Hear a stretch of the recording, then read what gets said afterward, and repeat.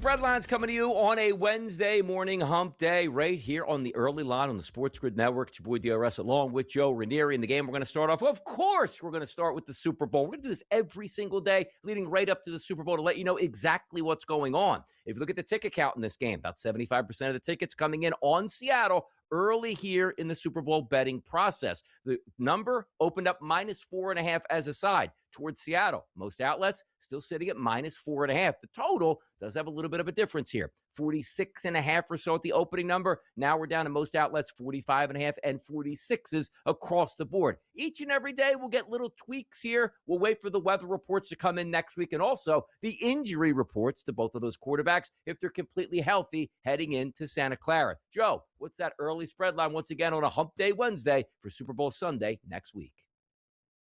Well, Donnie, I mean, we're starting to get to the point where we are going to begin to see a lot of especially one of the bigger books out in Vegas that generates that prop book. You may have heard of that.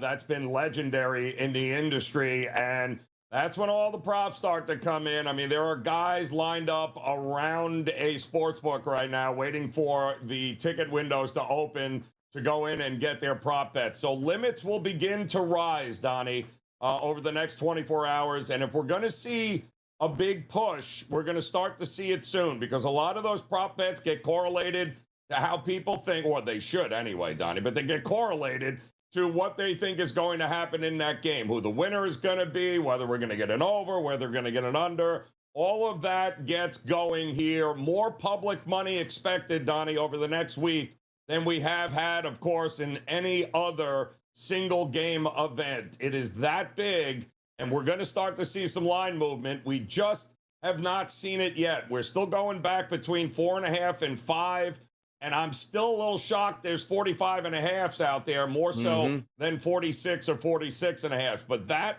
could all change, Donnie, over the next 48 hours. Upheaval in the AFC East. Why is that? Just about everybody fired their head coaches, and you're moving on. You're trying to find new coaches, and who's going to land in the right spots. And maybe the Buffalo Bills were the most coveted job opened up in the NFL. Maybe you could talk about the Pittsburgh Steelers and their stability, or the Baltimore Ravens. Some good jobs are out there, but a job was handed over yesterday by the Buffalo Bills to offensive coordinator Joe Brady. And a Jordan Schultz report yesterday, the main reasons why they hired him.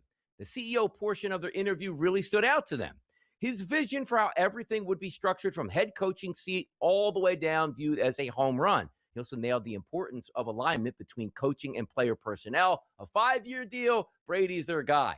Now, honestly, what were they going to say? We had nobody left over. We were stuck. Brady had to be our guy. He was an okay interview. We'll see what happens. Again, and this was a guy that, was an assistant at one point, quarterback's guy. And then, of course, when, of all people, the guy you just fired was the one that actually promoted him a couple of years ago. Well, kudos. That's great stuff. But I just don't know. I mean, keeping it in-house like this and replacing Sean McDermott with the guy that, wasn't good enough to get the job a couple of years ago, but was good enough after they had to move on and replace him. And he's done a decent job, but he's been on the hot seat in Buffalo, Joe Brady, because there have been stretches over the last couple of seasons where, boy, that offense got stagnant. It just wasn't working. They couldn't push the ball down the field. There were question marks. I mean, the running game has improved. It's been great. But, I mean, I don't know. Now you're talking about a guy with a relationship, 36 years old, with your 30-year-old franchise quarterback. How much respect does he have in that locker room? And what is he going to do differently than what Sean McDermott did with the same quality of players? I don't get the move here. If you're going to make that move, clear house and bring in a fresh perspective. But since you can't do that, I guess, well, he's the next best thing.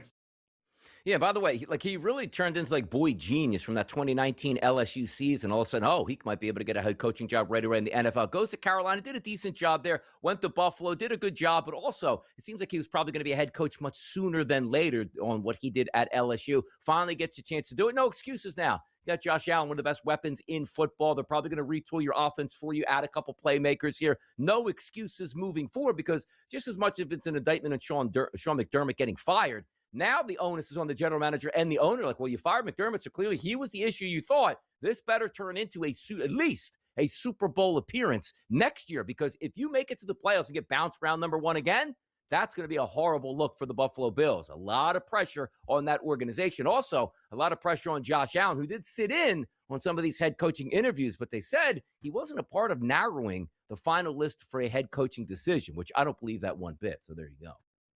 No, I don't either. And again, I'm not a big fan of asking a franchise quarterback to have a say in who his boss is going to be, because players need to be coached. They don't need pals. And unfortunately, that's the dynamic you've got going here. And my question is, who's calling the offense now? So you're a first-time 36-year-old head coach is also going to be calling the plays? And because what OC is going to take this job knowing that he's not calling the plays? He's got no play calling duties. So what do? You're going to be a glorified assistant?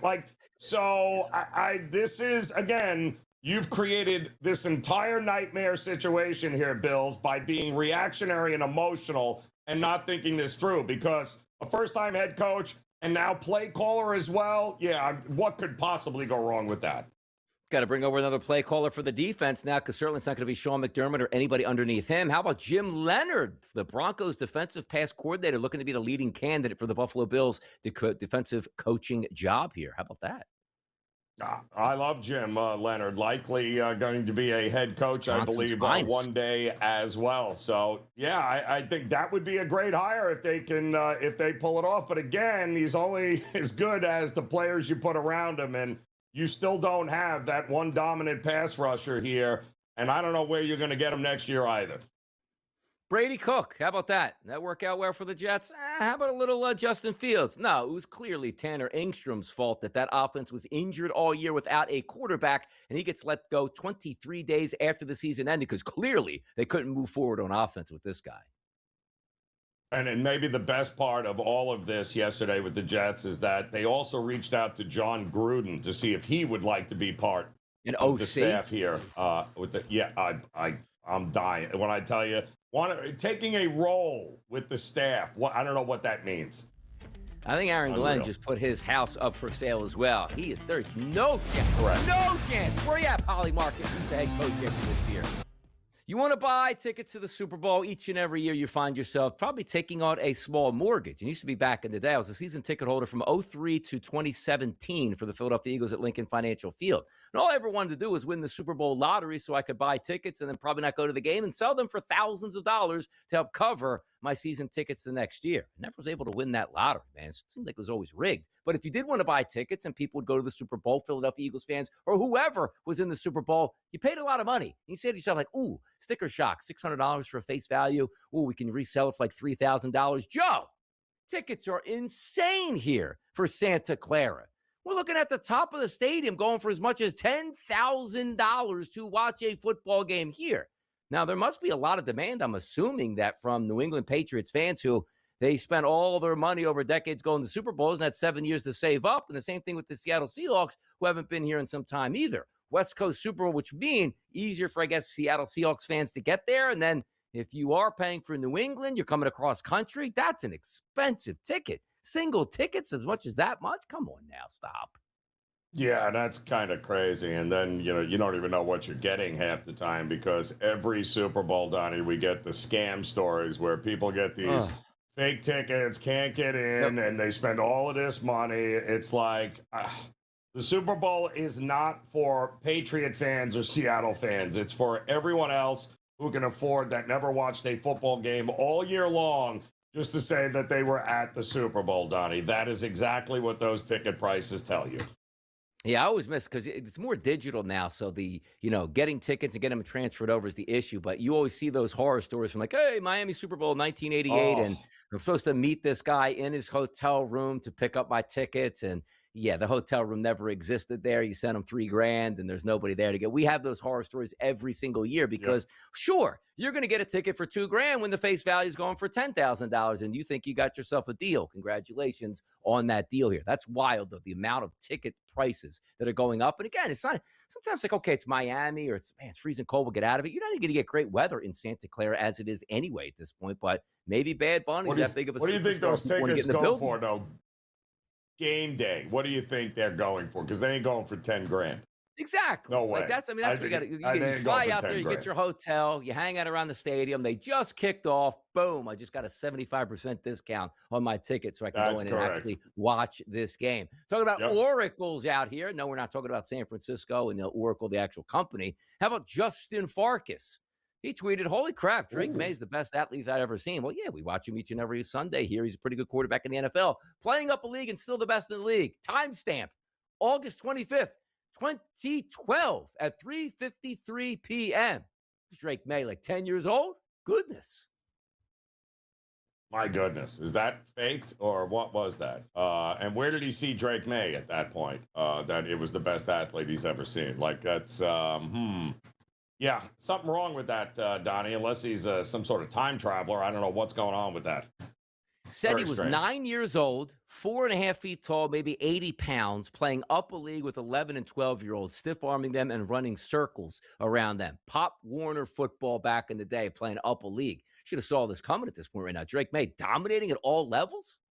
Wait a minute. You had a dude that was actually posting about Pop Warner football? Like that was about a 9-year-old kid. Yeah, wow. We got to look more into this guy. We got to look more into this guy. Must be something might be more there. How about Jay Kuda here out on Twitter? He says no starting quarterback with the last name of 5 letters long has won a Super Bowl before. And also, starting quarterbacks with initials DM are 0-2. Dan Marino and Donovan McNabb. How about that? You're going through it's almost like some astrology type stuff here. Yeah, numbers, Don. It's all about the numerology, right, of it. It's very strange. I would not use that in my handicapping, though. Absolutely not. That's not something And the best part about it is, too, like he lists that, like, oh, nobody ever thinks back. And then somebody puts, how about Bart Starr, which had 5 letters in his last name, and he won, a couple Super Bowls early. And then somebody else, is there anybody else at the list there? Like Nick Foles, Foles is 5. Like he won a Super Bowl. Like people just think you could just throw it out there now. All you got to do is hit that, hey, at Grok, what do you think about this? And you probably get spoiled right there. Yeah, right. You got to love the internet always wins, though, because they will, anytime you say this has never been done before, somebody will find a situation and post it that, yes, it has been done before. You got to love it. And another one here. In this century, every time the Super Bowl has been played in between the two teams, one team traveling east, one team traveling west, the team traveling west has won. This is good news for the Patriots. Now, in between, so how much in between do we have with Seattle and San Francisco or Santa Clara? Oh, these guys just making stuff up on the fly. There's a lot of stuff out there. Hour number 2 is next. Let's make up more stuff.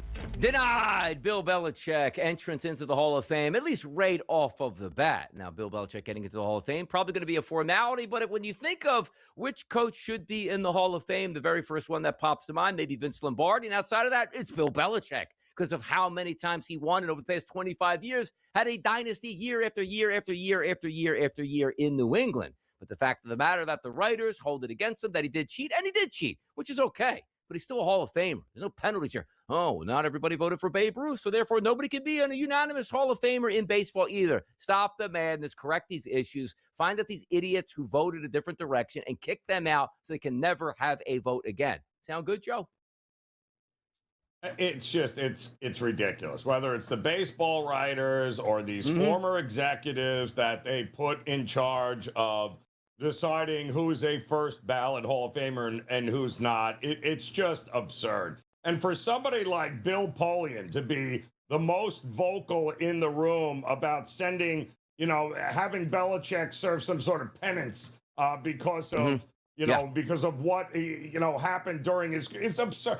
Bill Polian never liked Belichick. Bill Polian couldn't beat Belichick no matter what he did with his teams in Indy and Buffalo. But you know what? Somehow or another, at 90 years old, this is This is the I finally got you, guy in the hoodie. Like, give me a break. It's the most absurd thing. And it's just a terrible look. That's usually what we leave to Major League Baseball in Cooperstown. But welcome to the absolute craziness there, Canton, Ohio, because now you're a bigger joke than they are.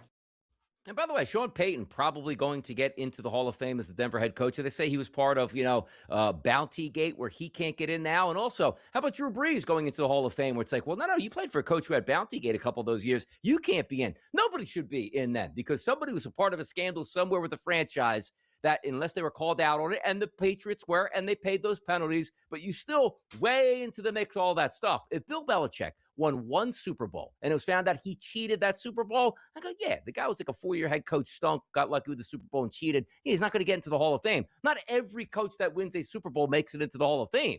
But when you have that many rings here, chances are like, all right, he might have did some nefarious things, but he probably still won 5 fair and square at that point, right? Yeah. It's hello. It's kind of, Donnie, it's just amazing to me that we're still seeing it. And again, we've seen this with Cooperstown for years, right? And we've always said, like, this is just absurd. Too many people have a say in this, and every one of them has an axe to grind against these guys, right? Even though none of them, Donnie, have been proven to do anything. And then you have over here where Belichick was fine, the Patriots were fine. Listen, it was investigated. It was settled. You move on. You don't hold that for a guy's entire career and body of work. Either he's worthy of being a first ballot Hall of Famer or he's not. And there aren't many guys who are. But now that if he's not, then how is Tom Brady a first ballot Hall of Famer? Because everything Belichick was accused of comes right back to Brady. So is that what we're saying here? Or do you like Brady more? Yeah, Brady's a nice guy. He's on TV. Let him go. Yeah, then nobody should be in the Hall of Fame at this point now. Let's take a look at this next one, which I love. Matthew Stafford is going to be the MVP of this previous football season. Matthew Stafford continued tells you how much fun he had on a football season this field, but all on football field this season. But he also is a businessman and understands that, and it's fun to be loved as well. If I come out right away and say I'm coming back to the Rams, I'm sort of out of sight, out of mind. But you know what? My owner is one of the richest in professional sports. My coach absolutely loves me. This fan base and this team wants me back, and I'm playing at an ultra-high level. Yeah, I just got some new money on a contract. You know what doesn't hurt, Mr. Kroenke?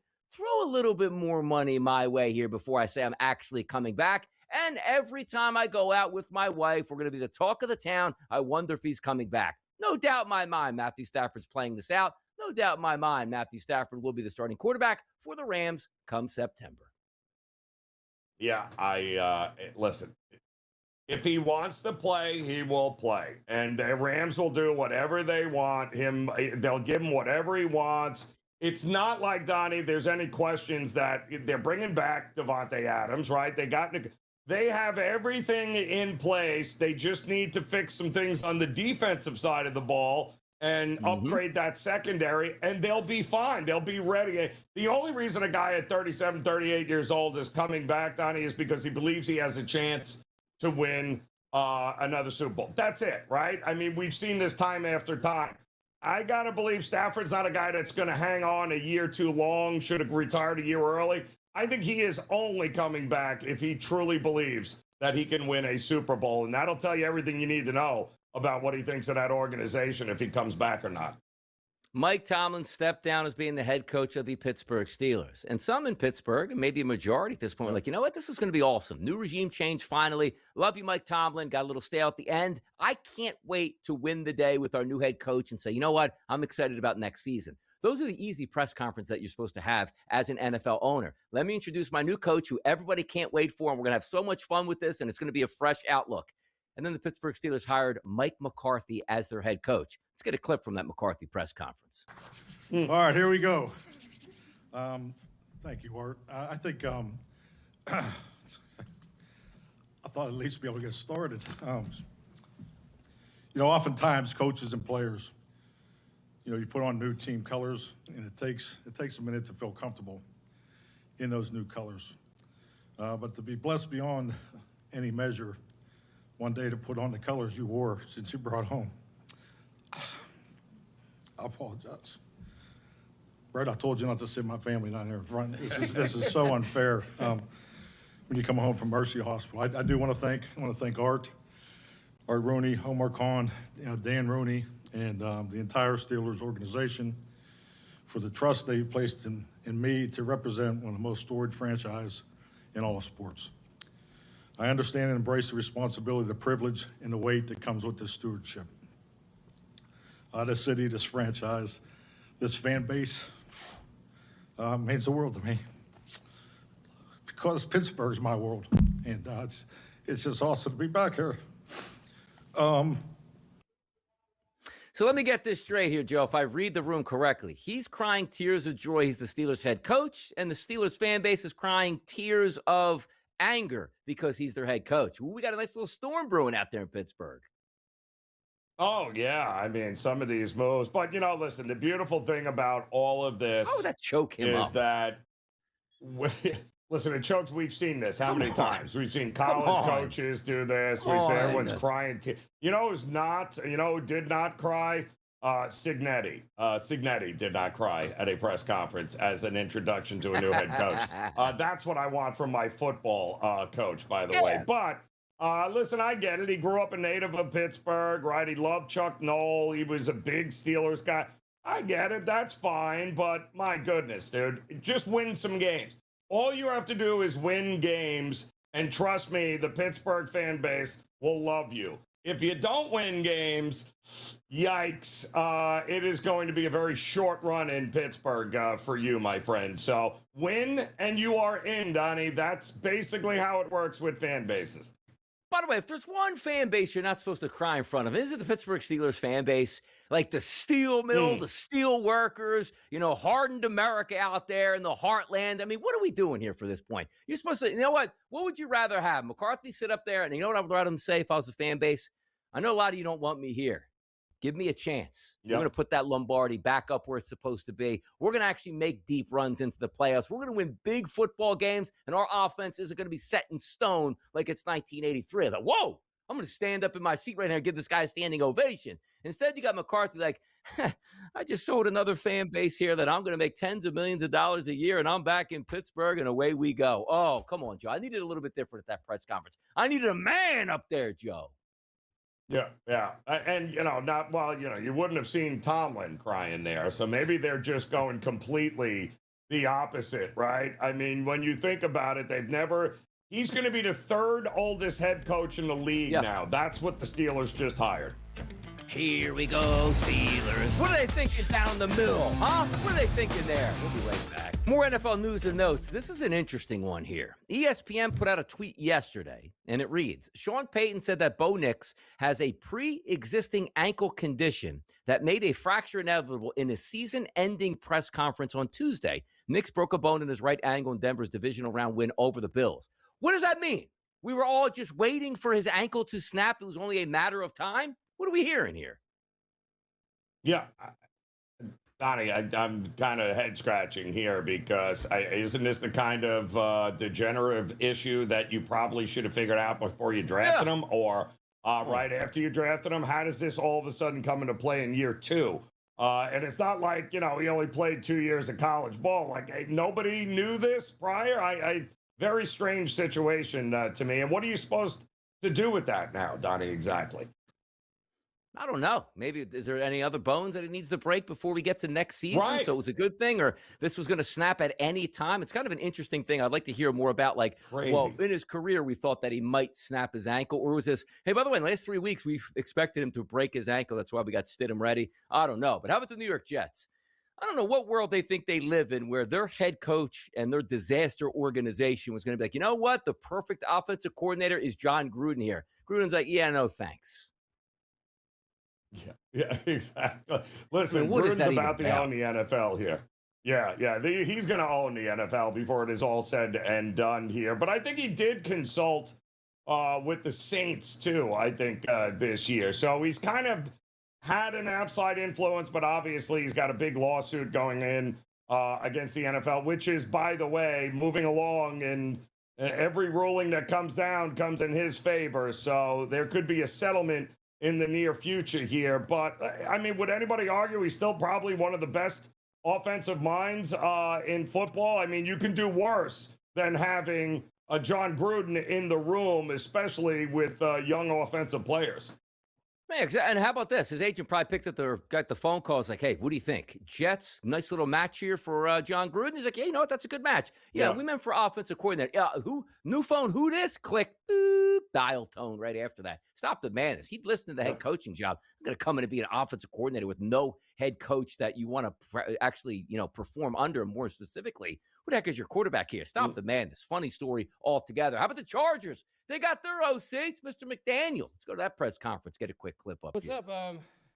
Not really an opening statement guy, but I will open with this statement. I'm fired up to be here. Family's fired up to be here and shoot from the hip with whatever questions you got. Like, just to start out, what attracted you about this job? There's a lot that I found very attractive. I was very fortunate to have some opportunities, but I think it started with Coach Harbaugh. Then to be a part of an organization that has a legacy. Talking about Sid and Eric Coryell, that's super attractive too. Got a quarterback who I've always admired, and just a lot of young players. Great situation for me and my family to go to the next chapter, which we're very excited about. Capri pants do fit in well in L.A., though. Like, he's going from a good climate to a good climate, though, Joe. He really is. I was going to say, Donnie, I mean, it's a good fit from Miami to San Diego. It's kind of perfect for him. And listen, I love the hire. I really do. I think the guy is he showed me a lot here as the Miami head coach. And more than anything, he showed a willingness to evolve as an OC and as a head coach and change everything that he was known for to fit the players he had. And, that's the mark of a very good coach, Donnie, because they don't all do that. It's my way or the highway, right? Well, yeah, he changed everything about the Miami Dolphins based upon personnel and not just his system. How about Diego Pavia lying about his height here? Back in high school football, 1995, we had Wayans, our running back, Jeff Palmer, put inside his windbreaker actual weights there and thought he'd get away with it because it would look a little bit better if he weighed a little bit more. People always have a fascination, man. I need to be heavier. I need to be lighter. I need to be taller. But Pavia says they've doubted his size his whole life. Well, yeah, everybody did. You lied about it. Well, I mean, when you claim you're 6'4", and I'm watching you on TV going, how tall is he? Like, what is, he's standing up next to some absolute monsters and you're going, oh, is he even 6 foot? No, he's not. But listen, it doesn't discount, right? Not everyone's got to be 6 foot to be a good quarterback in the NFL, but, don't try and sell us that you're 4 inches taller than what you really are. You know what you should buy here, Joe? Look nice on that mantle for you at home. You could show it off to everybody. Curt Cignetti's game-worn headset from the 2025 National Championship game. Current bid, $11,500. Coach Sig's headset here. You can listen in on what a national championship really sounds like. Well, judging from the amount of Indiana fans that showed up here at Hard Rock Stadium and paid $10,000 a ticket or more, I'm going to guess they can afford that headset, and it'll look good on a alumni's mantle for sure. But who are we kidding, Donnie? That picture right there, that is going to be the #1 Halloween outfit this year. I promise you. By the way, sometimes like in the media right now, they talk about like paid protesters. There's a lot of fans in the stands for all these football games for Indiana. But when they won the national championship, Joe, went home to their own stadium, like 3 people showed up. I'm starting to buy into this fan base not being real. Were they paid? Were they paid to go to these games? I'll tell you what, last night they had the ceremony before the Indiana-Purdue game at Assembly Hall there. So apparently Cignetti's winning rubs off onto the basketball team now because that was a big win against Purdue last night. So, yeah, I mean, the guy just wins. Google him if you haven't already. For decades in Indiana, like all that NIL money, which again, NIL hasn't been around for decades, but the focus of the Indiana sports program was always through their basketball, good or bad. And they have the best football team in the country here. Does that basketball team be like, hey, man, our charter flights don't have steak on it anymore? Yeah, that went to the football team. Yeah, and well, maybe they can afford a new assembly hall too, because that thing is ripe for a bulldozing and rebuild there. Because those stands are just It's odd. views blocked from the pill. Like, what is going on? Like, come on, give us a new assembly hall with all that money. You got 2 chairs on each side of the arena and then 10,000 on each side of the arena. Yeah, Doesn't make any yeah, sense yeah. at this point. But hey, that's Indiana basketball. It is what it is. Fantastic time to reach out to the public with one of the easiest questions you're ever going to answer. Here's our Fade the Public poll.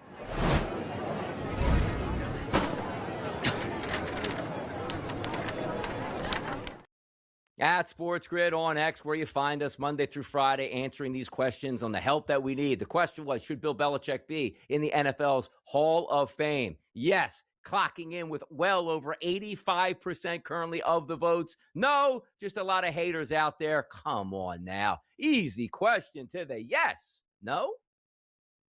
No, that's. I'm sure those were the voters in the room there. How 11 of them felt that way, that he shouldn't be in on the first ballot, is hilarious here. But yeah, listen, public, I am all with them here, Donnie. I think it might be the easiest question to answer of all of the Fade the Public poll questions we have had. The answer is simply yes, and he should have been in on the first ballot. 11 people finding a way not. Like he Come was a on. fringe candidate? Like, come on. Yeah.